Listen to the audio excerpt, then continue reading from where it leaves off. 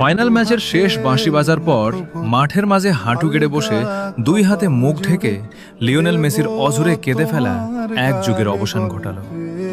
গোটা টুর্নামেন্ট জুড়ে নিজের সবটুকু দিয়ে দলকে ফাইনালে তুললেও শেষ মুহূর্তে শিরোপা হাতছাড়া হওয়ার এই বেদনা ছিল অত্যন্ত মর্মান্তিক। তার এই চোখের জল ও বুক ভাঙা দীর্ঘশ্বাস শুধু সতীর্থদের নয়, বরং বিশ্বজুড়ে কোটি কোটি ফুটবল প্রেমীর হৃদয় ভেঙে চুরমার করে দেয়। প্রমাণ হয়ে যায় ফুটবল কেবল একটি খেলা নয়, এটি আবেগ, ভালোবাসা আর ত্যাগের এক অনন্য নাম। তোমার এই চোখের জল আমাদেরও চোখের জল ক্যাপ্টেন।